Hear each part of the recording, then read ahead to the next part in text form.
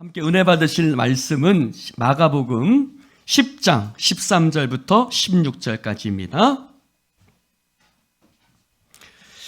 자, 함께 한 목소리를 읽겠습니다. 사람들이 예수께서 만져주심을 바라고 어린아이들을 데리고 오매 제자들이 꾸짖거늘 예수께서 보시고 노하시어 이르시되 어린아이들이 내게 오는 것을 용납하고 금하지 말라. 하나님의 나라가 이런 자의 것이니라. 내가 진실로 너희에게 이르노니 누구든지 하나님의 나라를 어린아이와 같이 받들지 않는 자는 결단코 그곳에 들어가지 못하리라 하시고 그 어린아이들을 안고 그들 위에 안수하시고 축복하시니라. 아멘. 할렐루야.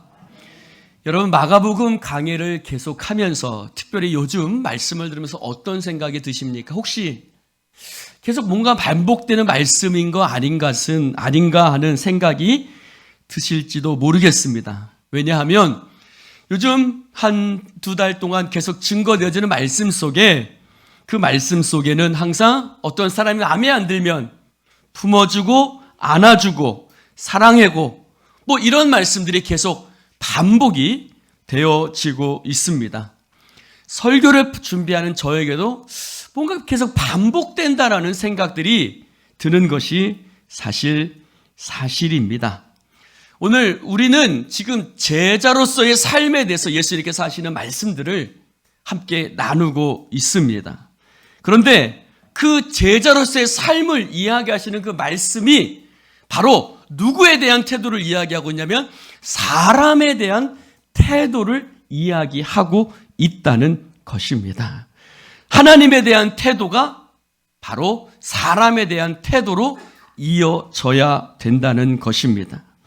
사랑하는 성도 여러분, 예수님의 제자로서의 삶은 하나님을 사랑하는 삶이죠. 그러나 하나님을 사랑하는 자는 또한 내 이웃을 내 몸과 같이 사랑하게 되는 줄로 믿습니다. 그래서 예수님의 제자로서의 삶은 성품적인 면입니다. 어떤 면이라고요? 성품적인 면입니다. 여러분, 한국교회가 실패한 것이 있다면 하나님에 대한 믿음도 뜨거운 것 같고 기도도 열심히 하는 것 같고 예배도 열심히 드리는 것 같은데 점점 공동체가 붕괴되고 있는 것은 하나님을 예배하고 하나님을 섬기는 것이 바로 사람을 사랑하고 이웃을 사랑하고 그 이웃을 우리가 어떠한 태도와 어떤 성품을 가지고 대하는가 하는 것에 실패하고 있기 때문입니다. 요한일서에 보면 이런 말씀이 있습니다.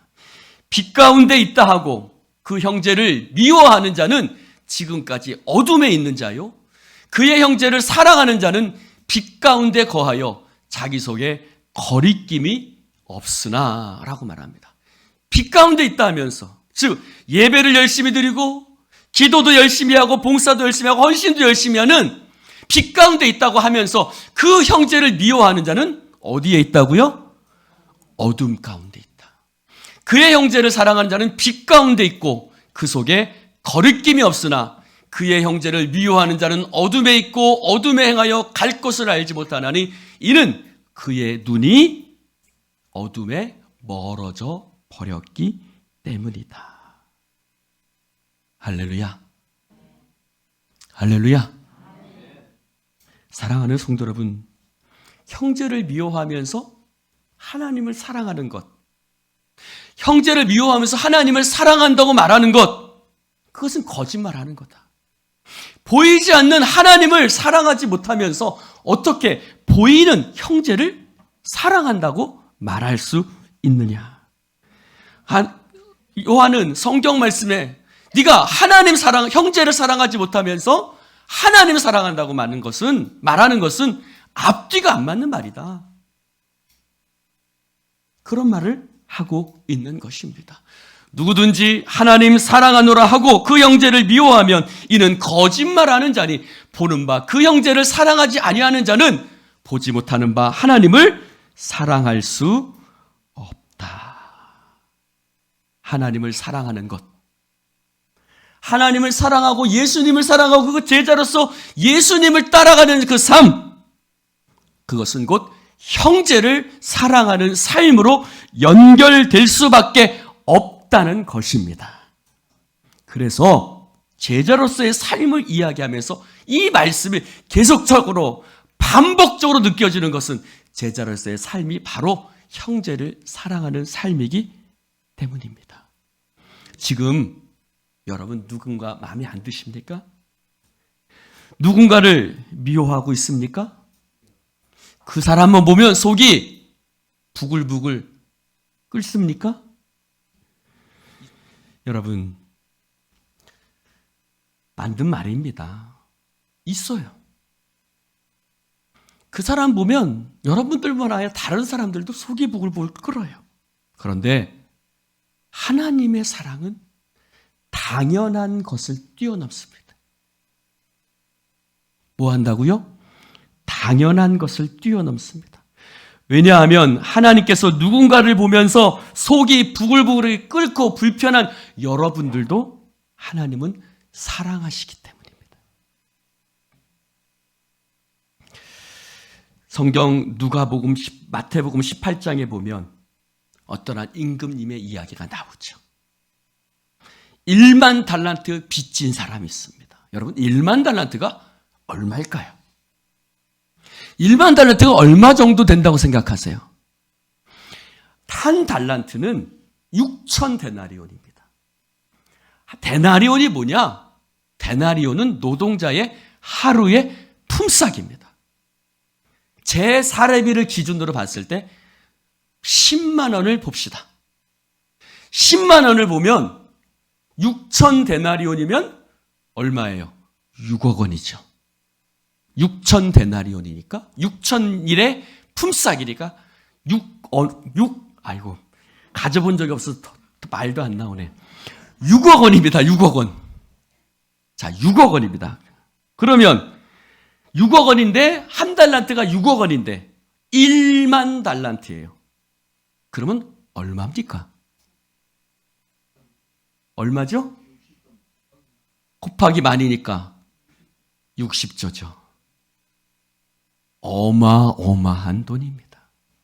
1만 달란트 빚진 사람이 있어서 그 사람을 돈을 갚지 않으니까 감옥에 가두어 버리지. 근데 네 자식과 네 마누라를 다 어떻게 팔아버리든지 어떻게 해서든 빚을 갚으라. 아이고 임금님 제가 그럼 어떻게 저 좀 봐주십시오. 얘기를 하니까 어떻게 해요? 아이고 불쌍한 놈 안 되겠다. 그냥 풀어줘라. 풀어줘. 하고서 풀어줬어요. 그래서 풀어주고 집에 보냈습니다. 집에 보내는데 집에 가는데 어떤 한 사람 만났어요. 어떤 한 사람 만났는데 그 사람이 어떤 사람은 그 사람도 이 사람한테 빚진 사람이에요. 얼마를 빚졌을까요? 100 데나리온. 아까 데나리온은 1 데나리온은 얼마라고요? 한 노동자 하루의 품삯. 그러니까 10만 원으로 계산해 보면 100 데나리온은 얼마입니까? 1000만 원 정도 되겠죠? 네. 1000만 원 정도 되는데. 그래서 1000만 원 빚진 사람을 만났는데 어떻게 하죠? 너 왜 내 돈 안 갚아? 하고서 그 사람을 잡아 끌고 가려고 하는데 그 사람도 사정을 합니다. 아이고 한 번만 봐주십시오. 제가 꼭 갚을 테니까 좀 시간 좀 주시고 저를 좀 이해 좀 해주십시오. 하고 빌고 사정하는데 어떻게 해요? 그 사람을 감옥에다가 갔다가 가두어 버립니다. 여러분 마태복음에 보면 그 임금님이 분노한 포인트가 있습니다. 무엇에 분노했을까? 그것은 한번 읽어볼까요? 자, 한번 같이 한번 읽어봅시다. 시작. 내가 너를 불쌍히 여김과 같이 너도 내 동료를 불쌍히 여김이 마땅하지 아니하냐. 할렐루야. 그 임금님이 분노한 포인트는 뭐냐? 불쌍히 여기지 않는다는 거예요. 내가 너를 불쌍히 여겼는데 너는 네 형제를 왜 불쌍히 여기지 않느냐. 할렐루야. 하나님이 우리를 불쌍히 여겨주셨어요. 아멘입니까? 하나님이 우리를 불쌍히 여기셔서 버림털보다도 죄악이 더 많은 나를 하나님의 자녀로 삼아 주셨습니다. 60조 원 되는 갚을 수 없는 우리의 돈을 여러분 왜 1만 달란트 했겠어요? 도저히 갚을 수 없는 돈이거든요. 우리의 죄값은 우리 스스로의 힘과 능력으로는 도저히 해결할 수 없는 문제라는 말입니다. 그래서 갚을 수 없는 우리의 죄값을 하나님께서 그 아들 예수 그리스도의 보혈로 대신 갚아 주셨습니다. 그 놀라운 사랑을 받았습니다. 그 놀라운 은혜를 받았습니다. 그런데 우리는 형제가 나에게 잘못하는 것, 형제가 내게 말 한마디 하는 것, 형제가 내가 뭔가 좀 어리석게 행동하는 것, 불쌍히 여기는 마음이 왜 네 안에 없느냐? 내가 너를 불쌍히 여겼는데 네 안에는 왜 불쌍히 여기는 마음이 없느냐? 사랑하는 성도 여러분, 바로 하나님이 분노하시는 지점이 불쌍히 여기는 마음이 없다는 것이었습니다. 사랑하는 성도 여러분, 하나님의 나라는 불쌍히 여기는 긍휼 위에 세워진 나라인 줄로 믿습니다. 그 나라에 하나님께서 저와 여러분을 초대하고 계십니다. 내가 너를 불쌍히 여김같이 너도 내 형제들을 불쌍히 여겨라. 옆 사람에게 인사해 봅시다. 제가 당신을, 다시 한번요, 제가 당신을 불쌍히 여기겠습니다. 여러분, 그렇게 불쌍히 여긴다 말하고 불쌍히 여기면 안 돼요. 네. 사랑하는 성도 여러분, 오늘 말씀은 그 하나님의 나라에 저와 여러분을 초대하는 말씀입니다. 오늘 말씀은 세 부분으로 나누어져 있죠. 어린아이들의 등장, 제자들의 반응, 그리고 예수님의 가르침입니다. 사람들이 예수님을 어린아이께 데리고 왔습니다. 어린아이들을 데리고 왔다는 말은 어린아이들은 누군가 데려오지 않으면 예수님 앞에 나아올 수 없는 존재라는 것입니다. 즉 약하고 부족한 수동적이고 피동적인 존재가 바로 어린아이입니다. 아마도 부모님 손에 이끌려 왔을 것입니다. 예수님께 축복기도 받기를 원해서 부모들은 그 어린아이를 끌고 나왔습니다. 우리도 이럴 때 있지요. 아이가 시험을 보거나 뭔가 중요한 일을 앞에 두고 있을 때 부모님들은 자식들을 손에 끌고 제 앞으로 다가와서 목사님, 이 아이들을 위해서 축복기도 해 주십시오 라고 그 아이를 끌고 올 때가 있습니다. 그런데요, 애들이 그냥 끌려오나요? 안 끌려옵니다. 엄마가 끌고 오면 막 가기 싫어가지고 막 이렇게 막 온몸으로 막 반항을 하죠. 엄마는 막 억지로 애 머리를 끌어다가 제 앞에다가 막 갖다 대고, 그럼 애는 막 몸은 이쪽으로 빠져 있고 머리는 이쪽으로 와 있고, 뭐 하랑이도 그렇고 동화도 그러고, 네, 그렇죠. 여러분, 그 모습은 너무 웃겨요. 너무 재밌어요. 엄마는 축복기도 받게 해주려고 그러고, 애는 표정과 몸짓에서 막 빨리 벗어나려고 하는 뭐가 보이고 웃음이 절로 나오죠. 그러나 그 어린아이들을 대하는 태도는 저의 태도하고는 달랐습니다. 그 제자들은 그 모습을 보고 어떻게 했습니까? 꾸짖었다고 말하고 있습니다. 꾸짖었다. 사랑하는 성도 여러분, 예수님께서 어린아이에 대한 가르침은 오늘 말씀이 처음이 아닙니다. 마가복음 9장 33절을 한번 볼까요? 바로 우리가 몇 주 전에 나눈 말씀입니다. 바로 앞장에 보면 9장 33절에 누가 크냐고 서로 싸울 때에 예수님께서 그들을 향해서 뭐라고 말씀하십니까? 어린아이 하나를 데려다가 그들 가운데 세우시고 안으시며 제자들에게 이르시되 누구든지 내 이름으로 이런 어린아이 하나를 영접하면 곧 나를 영접함이고, 누구든지 나를 영접하면 나를 영접함이 아니요 곧 나를 보내신 이를 영접함이니라 라고 예수님께서 분명히 어린아이들에 대한 말씀을 하셨어요.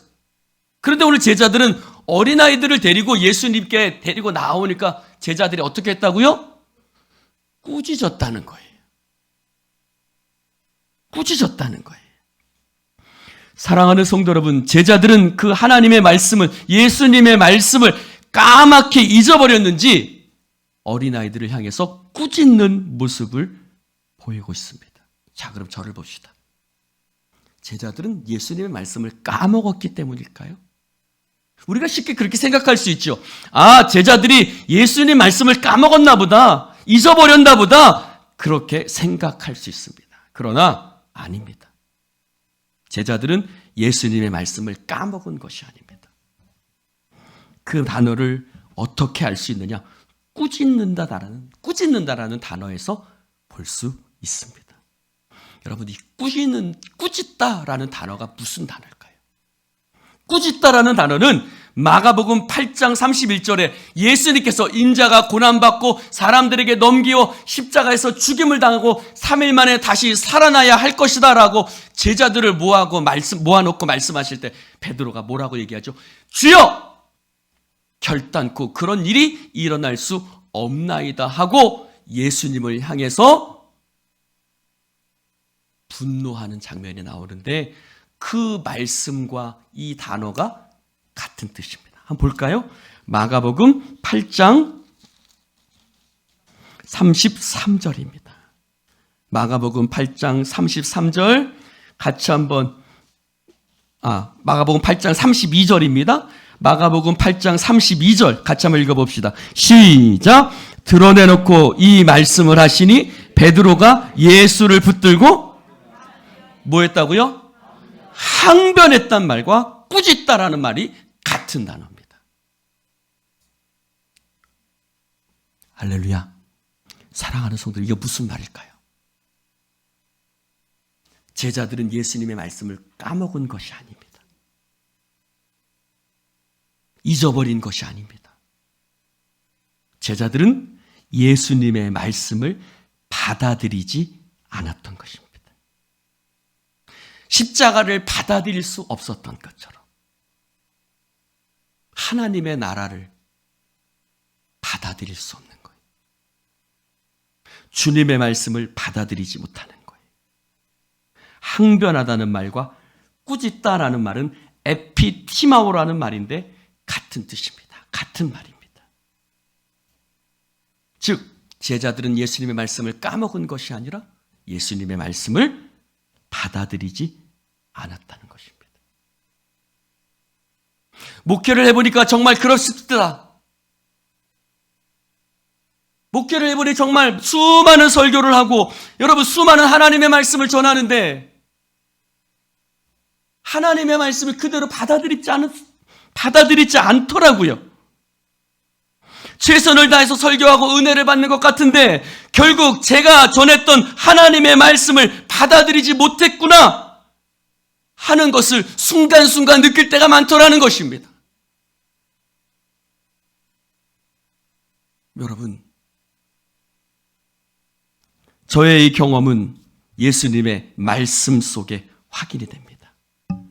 오늘 말씀 14절에 보니까 같이 한번 읽어봅시다. 시작! 예수께서 보시고 노하시어 이르시되 어린아이들이 내게 오는 것을 용납하고 금하지 말라. 하나님의 나라가 이런 자의 것이니라. 예수님께서 어린아이들이 내게 오는 것을 막지 말아라. 하나님의 나라는 이런 자의 것이라고 말씀하십니다. 그리고 15절 말씀 같이 한번 읽어봅시다. 시작! 내가 진실로 진실로 너희에게 이르노니 누구든지 하나님의 나라를 어린아이와 같이 받들지 않는 자는 결단코 그곳에 들어가지 못하리라 하시니라. 아멘. 여러분, 하나님의 나라를 받들지 않는다는 뜻이 무슨 뜻일까요? 하나님의 나라를 받든다라는 말이 무슨 뜻일까요? 이 말씀을 세번역은 이렇게 번역하고 있습니다. 같이 한번 읽어봅시다. 시작! 누구든지 어린아이와 같이 하나님의 나라를 받아들이지 않는 사람은 거기에 들어가지 못합니다. 다른 번역도 동일하게 하나님의 나라를 받든다는 말씀을 받아들인다는 말씀으로 번역하고 있습니다. 즉 하나님의 말씀을, 하나님 나라의 새로운 질서를 받아들이지 않는 자는 결코 하나님 나라에 들어갈 수 없다라고 말씀하고 있습니다. 여러분, 그 앞에 꺼지지 않는 불에 들어가기를 조심하자라 라고 그 말씀을 생각해 본다면 하나님 나라에 들어갈 수 없다는 말은 굉장히 두려운 말씀이죠. 사랑하는 성도 여러분, 하나님의 나라를, 하나님의 말씀을 받아들이십시오. 하나님의 나라는 섬김을 받는 나라가 아니라 섬기는 나라입니다. 하나님의 나라는 판단하고 정죄하는 나라가 아니라 불쌍히 여기는 나라입니다. 하나님의 나라는 십자가를 지고 갈 때 놀라운 역사가 이루어지는 나라입니다. 어린아이들을 꾸짖고 어린아이와 같은 자를 꾸짖고 내치는 곳이 아니라 용납하는 곳이 하나님의 나라입니다. 물이 흘러 넘쳐서 강뚜기를 흘러 넘치듯이 은혜의 말씀이 여러분 안에 흘러 들어가 넘쳐서 여러분의 속사람을 변화시킬 수 있기를 주님의 이름으로 축원을 드립니다.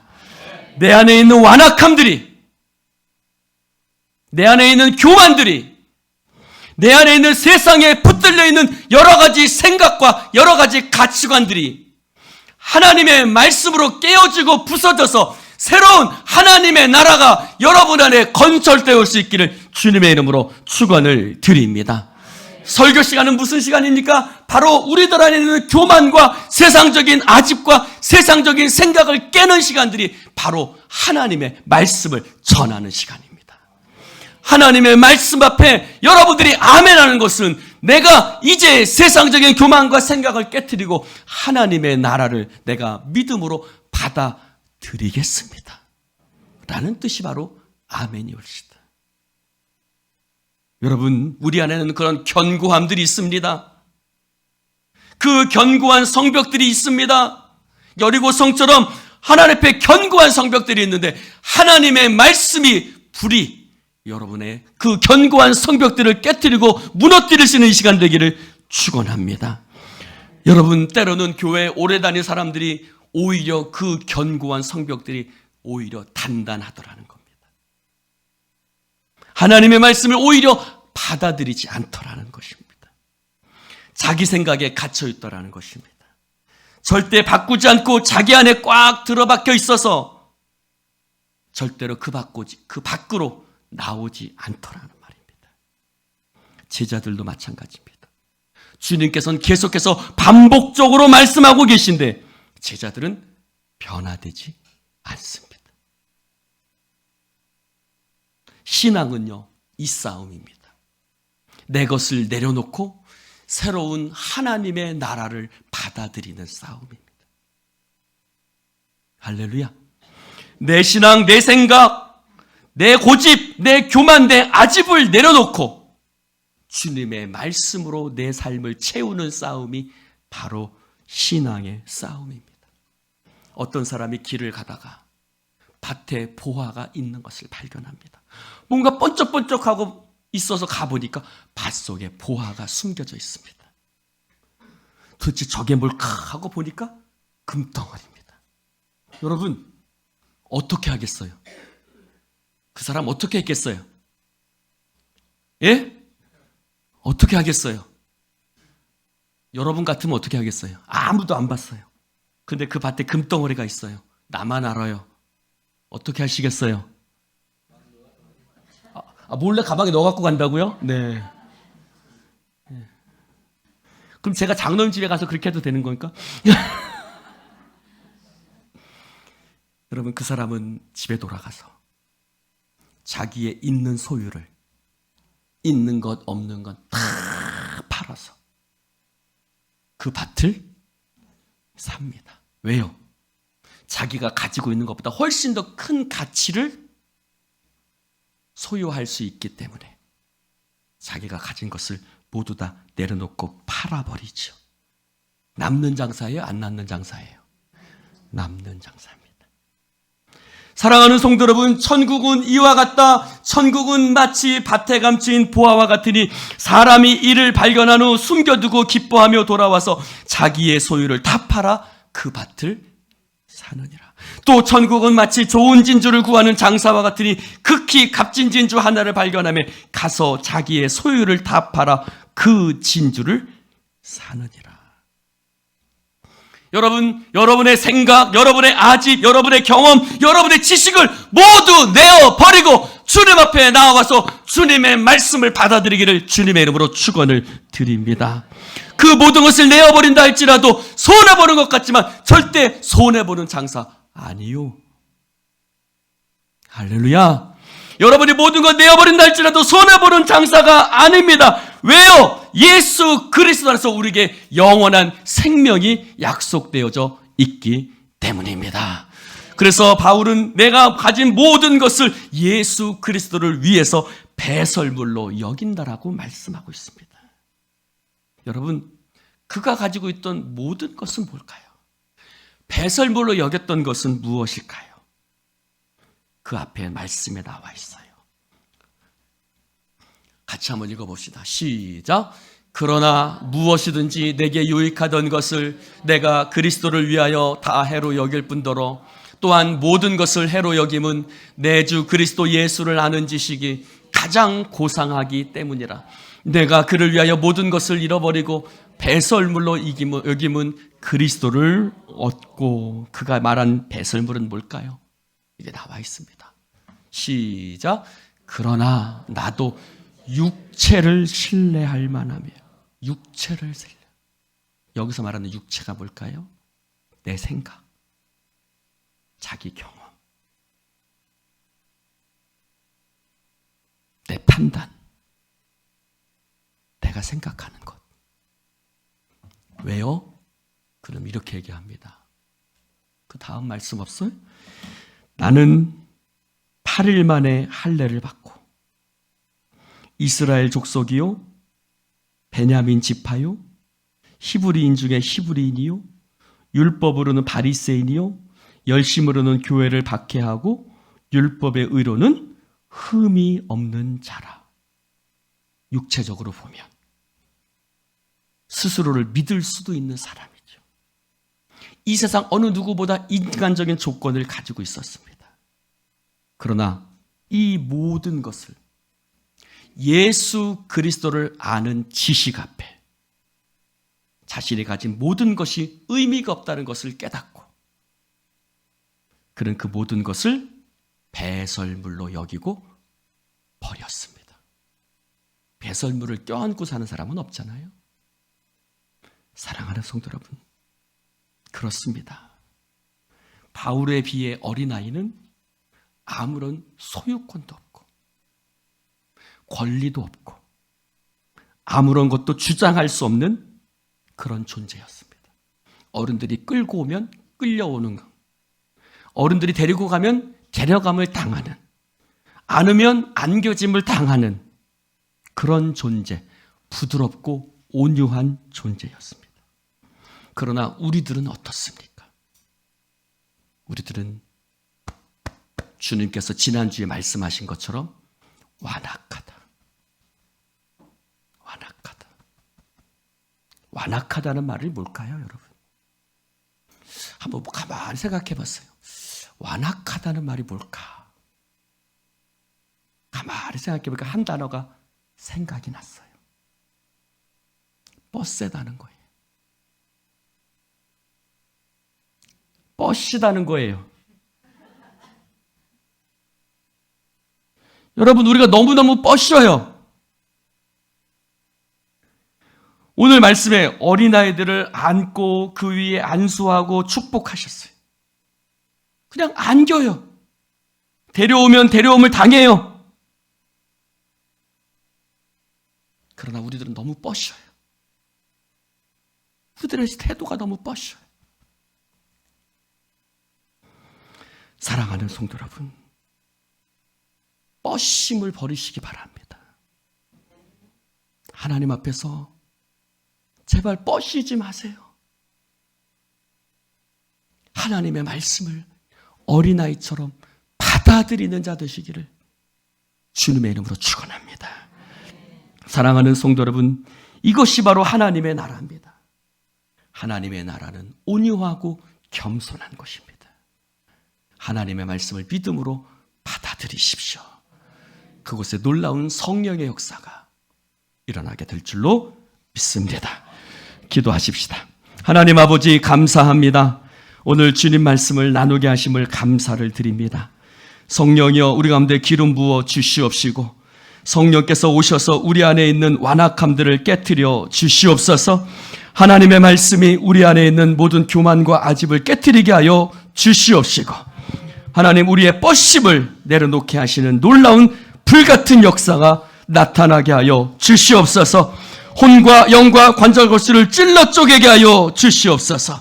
성령의 역사하여 주옵소서. 예수님의 이름으로 축복하며 기도드리옵나이다. 아멘.